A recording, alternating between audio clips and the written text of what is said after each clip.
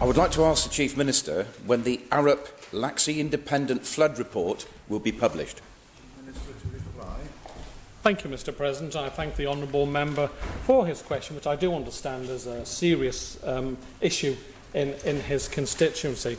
In accordance with the terms of reference for the independent review into Laxey flooding sent to the honourable members for Garff on the 18th of October and then to all Tynwald members on the 21st of October last year, the final report is expected to be supplied to the Cabinet Office next month.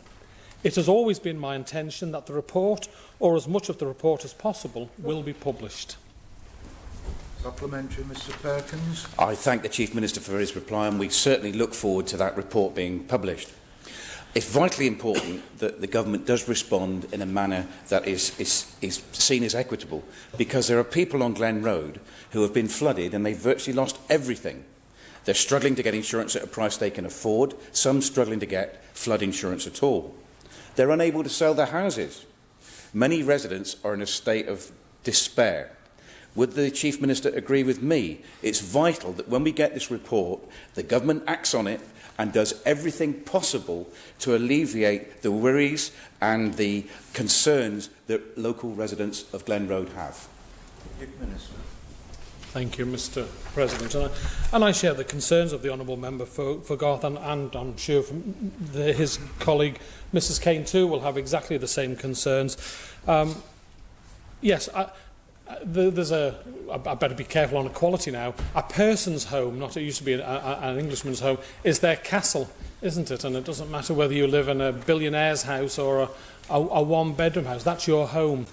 And see it flooded, and I had the honour of being invited into people's houses to see them at their worst, and it was very humbling and moving to see the awful mud and water, and their downstairs of their houses, if they had a two-storey, absolutely ruined and all their personal belongings trashed. And that's why I said we would have an independent review into what went on. And that independent review will come next month, and I will do my utmost to ensure that we take on board whatever that review says and make the improvements to help those people who have been affected. Government isn't a bottomless pit, Mr. President. We've seen the terrible flooding in Yorkshire in the last few days, where hundreds and hundreds of, if not thousands of homes have been flooded. But there are schemes that I know where we're looking into the UK scheme to see whether we can help from an insurance point of view with for the residents, and not just for the residents of Laxey, but should this happen in the future elsewhere, we need to make sure we're well prepared. So we will do our utmost. Further supplementary questions. Perkins. I thank the Chief Minister for that and the reassurance that he's given us. Would he agree that it's important to make sure the departments still continue working together, not just in Laxey but across the island, and that we actually communicate to the people what we are doing and when we are doing it? Minister. Yes, Mr. President. I'm well aware, having personally read the report into itemising the number of areas of the island that were accessible or could have been flooded in an exceptional event. And whilst Laxey was high up at number 5, if memory serves me correct, there are other areas, and I think it's important that we, whilst we focus, and we have done, we've built a brand new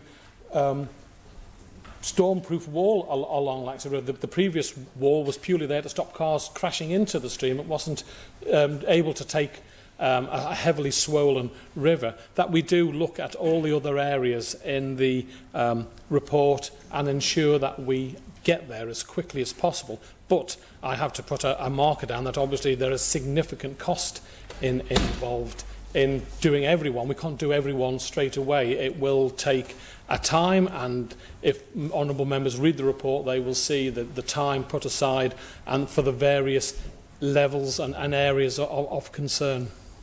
Supplementary question, Mr. Baker. Thank you very much, Mr. President. Would the Chief Minister agree with me that for the issues of both flooding and coastal erosion, where there is significant cost, these issues are going to continue to recur until action is taken, and that we can't necessarily afford to wait until we can afford to do these things in in a slow pace, and that this may be an area in which some of the innovative financing solutions which were talked about during yesterday's budget debate, where we're investing in the infrastructure of the island to address these issues, where there may be something that needs to be considered. Chief Minister. Thank you, Mr. President.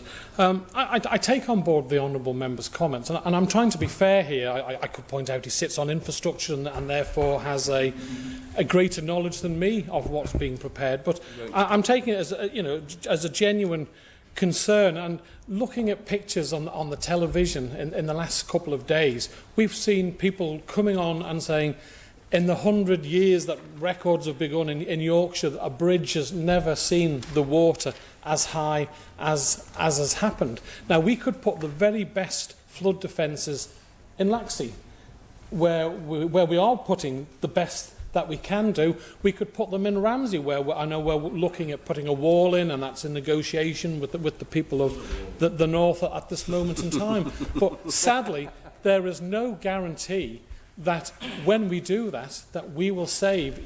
If you have a high tide at the same time as you have a flash flood coming down a river, then we didn't have that in Laxey, a few hours difference, and we could have been looking at something far more serious. But what I'm trying to say, honourable members, is no matter what we do, we cannot beat Mother Nature. We've seen global warming. We've agreed a strategy to try and reduce our net carbon emissions down to zero by 2050.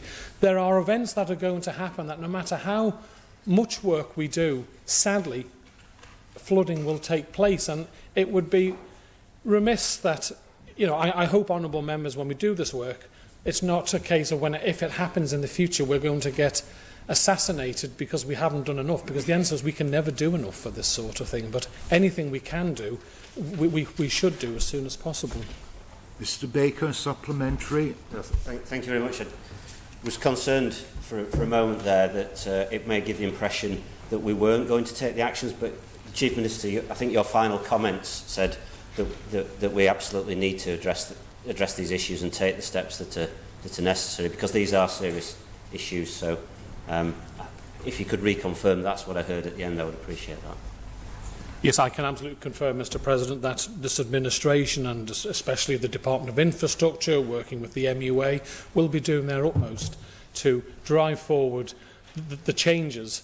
Laxey had been getting the various modulations done of rain flow, of the river flow and the rain in that area, and was on track to have work done. They'd started about to work on the promenade, but the river burst its banks.